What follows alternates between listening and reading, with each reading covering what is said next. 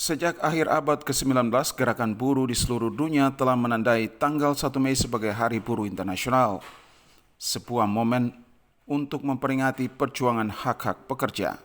Secara Hari Buruh Internasional bermula dari peristiwa yang terjadi di Amerika Serikat. Pada 1 Mei 1886, ribuan pekerja di Chicago melakukan mogok kerja untuk menuntut perlakuan yang lebih adil, khususnya dalam hal jam kerja.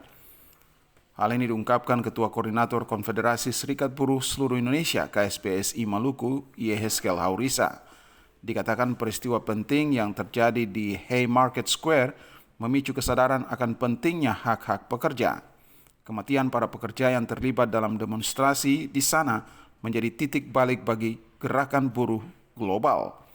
Di Indonesia, sejarah gerakan buruh juga memiliki peran sentral dalam pembentukan organisasi perburuhan. Pada awal abad ke-20, berbagai organisasi buruh mulai bermunculan merepresentasikan kepentingan pekerja di berbagai sektor industri. Pembentukan organisasi perburuhan di Indonesia adalah bagian tak terpisahkan dari sejarah perjuangan pekerja untuk mendapatkan hak-haknya. Mereka menjadi suara bagi para pekerja dalam memperjuangkan kondisi kerja yang lebih adil dan kesejahteraan ekonomi.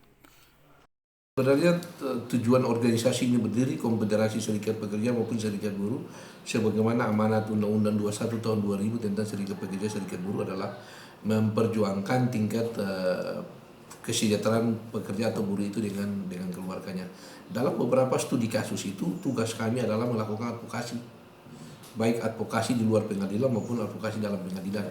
Dan seluruh advokasi itu ada yang menghasilkan dan juga ada yang tidak menghasilkan. Mengapa tidak menghasilkan? Ada perusahaan-perusahaan yang juga membangkang. Lalu kemudian perkara itu lanjut ke pengadilan. Tapi yang tadi saya bilang setelah pengadilan memutuskan harusnya bayar, ada juga perusahaan membangkang.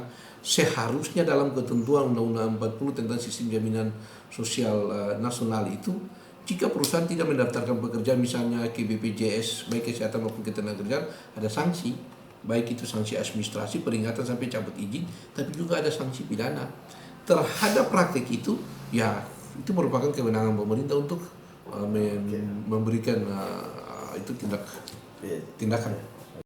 Peringatan Hari Buruh Internasional besok tidak hanya merupakan momen untuk merayakan keberadaan buruh global, tetapi juga menegaskan pentingnya organisasi perburuhan dalam memperjuangkan hak-hak pekerja di Indonesia dan di seluruh dunia. Tim Liputan TVRI melaporkan.